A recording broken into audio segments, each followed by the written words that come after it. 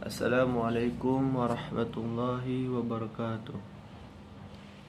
Rabbi shrah li sadri wa yassir li amri wahlul 'uqdatam min lisani yafqahu qawli. Baik, perkenalkan, nama saya Abdurrahman Malik dengan nomor NIM 12120200003. Saya di sini akan mempresentasikan apa itu pengertian hakim. Para ulama sependapat bahwa sumber syariat bagi semua perbuatan mukallaf adalah Allah Subhanahu wa taala. Hukum-hukum ini diberikan Allah ada kalanya secara langsung berupa nasah yang diwahyukan kepada Rasulnya, dan ada kalanya dengan perantara petunjuk yang diberikan kepada ulama mujtahid untuk mengistinbatkan hukum terhadap perbuatan mukallaf dengan bantuan dalil-dalil dan tanda-tanda yang disyariatkan. Sudah mansyur di kalangan ulama bahwa pembuat hukum itu adalah Allah Subhanahu wa taala, sebagaimana firman Allah Subhanahu wa taala sebagai berikut. Bismillahirrahmanirrahim. Qul inna ala bayyinati min rabbi wa kazzabtum bihi ma indi ma tasta'jiluna bihi inil hukmu illa lillah yaqussu haqqa wa huwa khairul fasilin, yang artinya, katakanlah sesungguhnya aku berada di atas hajjah yang nyata Al-Quran dari Tuhanku, sedang kamu mendustakannya. Tidak ada padaku apa ajab yang kamu minta supaya disegarkan kedatangannya. Menepatkan hukum itu hanyalah hak Allah. Dia menerangkan yang sebenarnya dan dia pemberi keputusan yang paling baik. Quran Surat Al-An'am Juz 6 ayat 57. Dengan kata lain, pengertian ini mengisyaratkan bahwa kewenangan pencipta hukum syara itu adalah Allah Subhanahu wa taala sendiri. Oleh karena itu, Allah Subhanahu wa taala disebut pula dengan istilah syar'i. Persoalan yang muncul kemudian adalah bagaimana dengan peran Rasulullah SAW dan para mujtahid dalam melahirkan hukum syara. Di sini timbul perbedaan pendapat di kalangan para ulama usul. Golongan pertama mengatakan bahwa pembuat atau pencipta hukum syara itu adalah Allah semata.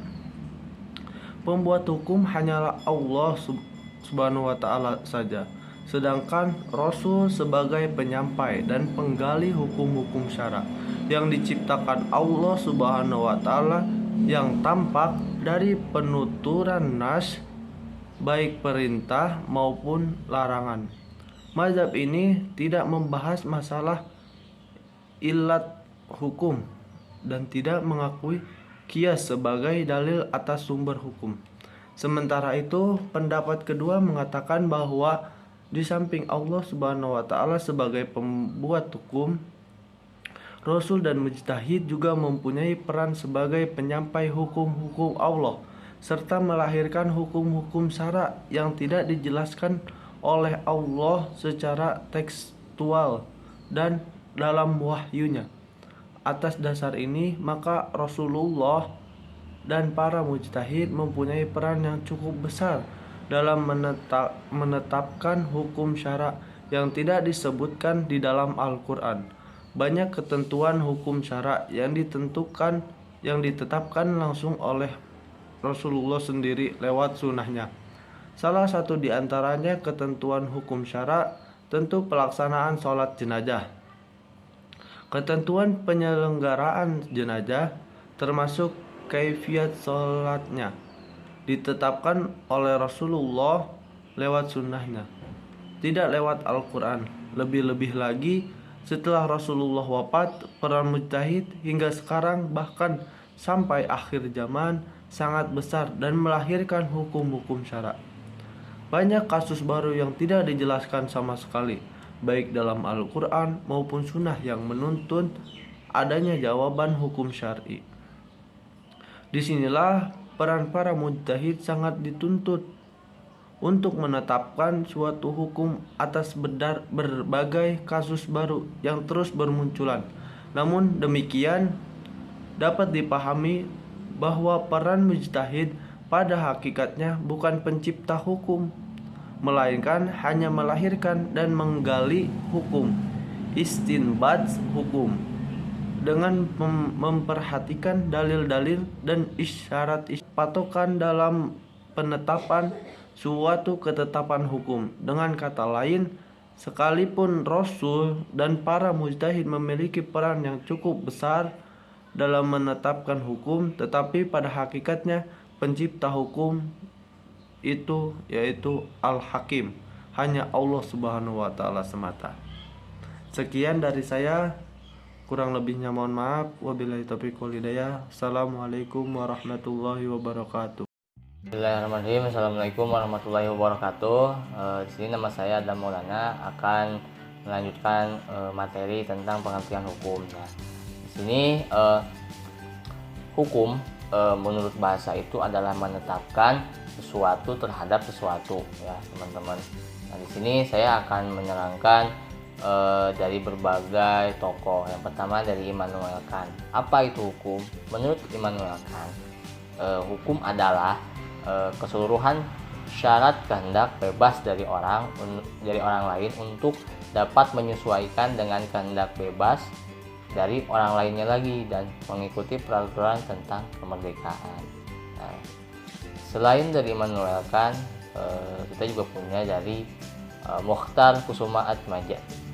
Nah, beranggapan bahwa hukum adalah kaidah dan asas-asas yang mengatur hubungan bermasyarakat dan dibuat berdasarkan pada keadilan. Nah, itu menurut para tokoh. Nah, sedangkan menurut Abu Zahra adalah khitabus syar'il muta'allaqu bil amwali wal mutakallifina bil iqtidai wat tahyiri awil wad'i. Nah, di sini hukum itu adalah tuntutan syar'i atau seruan Allah Subhanahu wa taala yang berkaitan dengan perbuatan orang mukallaf. Nah, baik sifatnya mengandung perintah maupun larangan, adanya pilihan atau adanya sesuatu yang dikaitkan dengan sebab atau hal yang menghalangi adanya sesuatu. Memahami hukum-hukum syara adalah kewajiban bagi setiap muslim.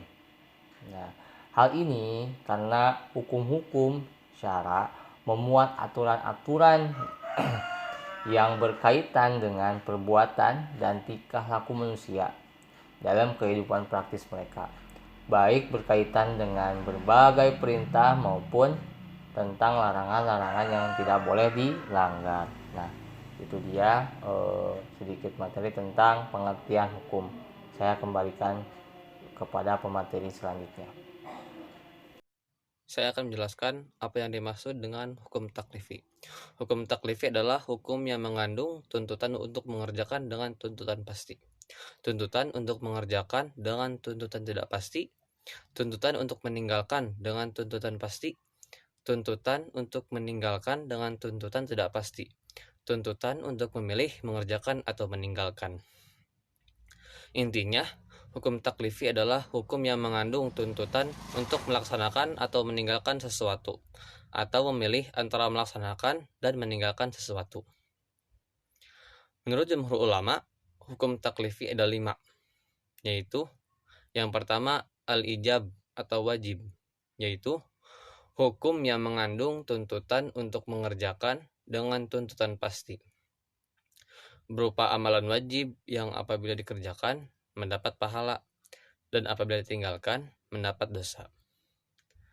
Yang kedua adalah an-nadab atau sunnah, yaitu hukum yang mengandung tuntutan untuk mengerjakan dengan tuntutan tidak pasti, berupa amalan sunnah yang apabila dikerjakan mendapat pahala dan apabila ditinggalkan tidak mendapat dosa maupun pahala. Yang ketiga adalah at-tahrim atau haram, yaitu hukum yang mengandung tuntutan untuk meninggalkan dengan tuntutan pasti, berupa amalan haram yang apabila dikerjakan mendapat dosa, dan apabila ditinggalkan mendapat pahala.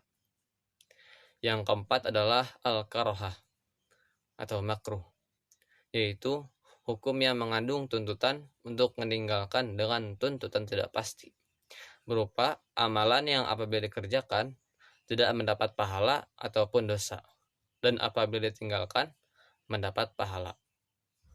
Yang terakhir atau yang kelima adalah al-ibahah atau mubah, yaitu hukum yang mengandung tuntutan memilih antara mengerjakan dan meninggalkan, berupa amalan yang apabila dikerjakan maupun tidak dikerjakan sama-sama tidak mendapat pahala atau dosa.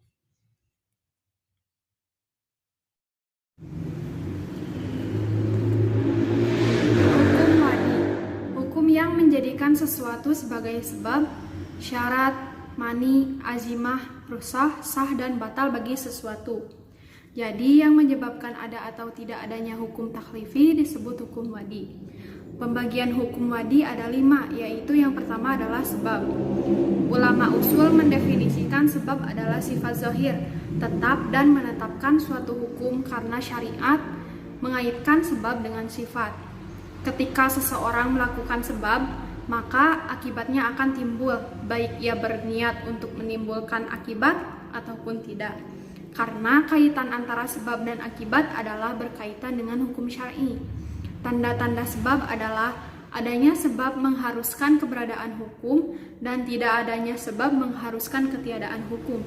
Contohnya, Allah Subhanahu wa taala berfirman dalam Quran surat Al-Isra ayat 78 yang artinya, dirikanlah sholat dari sesudah matahari tergelincir sampai gelap malam, dan dirikanlah pula sholat subuh. Sesungguhnya sholat subuh itu disaksikan oleh malaikat. Allah Subhanahu wa taala menjadikan tergelincirnya matahari sebagai sebab, yaitu tanda untuk menetapkan wajibnya sholat zuhur. Yang kedua adalah syarat. Syarat adalah sesuatu yang tiadanya mengharuskan ketiadaan, dan keberadaannya tidak mengharuskan keberadaan, ataupun ketiadaan rukun juga mengharuskan ketiadaan hukum ketika rukun tidak ada. Dengan kata lain, syarat adalah sesuatu yang harus dipenuhi dulu sebelum suatu perbuatan dilakukan. Dalam hal ini, rukun sama seperti syarat. Bedanya, rukun seperti takbiratul ihram dan sujud dalam sholat, dan menjadi bagian dari hakikat sholat. Sedangkan syarat adalah bagian di luar hakikat sholat. Syarat ada 2 macam. Yang pertama adalah syarat wajib. Contohnya nisab zakat sebagai syarat wajib zakat. Yang kedua adalah syarat sah. Contohnya suci dari hadas besar dan kecil menjadi syarat sah sholat. Untuk lebih jelasnya, bersuci dari hadas besar dan kecil merupakan syarat sah sholat. Maka keadaan tidak suci dari hadas besar dan kecil menjadikan tidak sahnya sholat. Yang kedua adalah mani. Mani adalah sifat zahir yang pasti yang menghalangi tetapnya hukum, atau dengan istilah lain, sesuatu yang mengharuskan tidak adanya hukum atau batalnya sebab. Mani terbagi menjadi 2 macam. Yang pertama adalah mani terhadap hukum, yaitu sesuatu yang ditetapkan oleh syariat yang menjadi penghalang bagi hukum. Contohnya haid bagi wanita yang menjadi mani untuk melaksanakan sholat. Yang kedua adalah mani terhadap sebab, yaitu suatu penghalang yang ditetapkan oleh syariat yang menjadi penghalang berfungsinya sebab.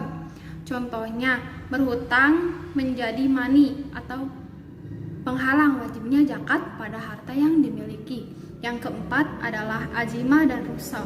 Azimah adalah hukum yang berkaitan dengan perbuatan mukallaf tanpa adanya uzur. Contohnya kewajiban sholat 5 waktu sejak semula dan berlaku untuk setiap mukallaf dalam berbagai keadaan. Kewajiban meninggalkan yang haram, makan bangkai dan darah sebagai yang disyariatkan sejak semula dan berlaku untuk setiap mukallaf dalam berbagai keadaan. Rusah adalah hukum yang berkaitan dengan suatu perbuatan karena adanya uzur, sebagai pengecualian dari azimah. Contoh sholat bagi seorang musafir, memakan daging binatang buas dalam keadaan terpaksa. Yang kelima adalah sah dan batal. Sah dan batal adalah sesuatu yang dituntut oleh Allah dari para mukallaf, berupa perbuatan dan apa yang ditetapkannya untuk mereka berupa syarat dan sebab. Apabila mukallaf melaksanakannya terkadang menghukuminya sah dan terkadang menghukuminya tidak sah, sebab dan syarat tersebut. Jika yang dilakukan itu perbuatan wajib, contohnya sholat, puasa, dan haji serta disempurnakan syarat dan rukunnya, maka efek yang diperoleh adalah terbebas kewajibannya, tidak mendapatkan hukuman di dunia dan berhak mendapat pahala akhirat. Jika yang dilakukan itu sebab syar'i, contohnya perkawinan dan memenuhi syarat dan rukunnya, maka efek yang diperoleh adalah halal.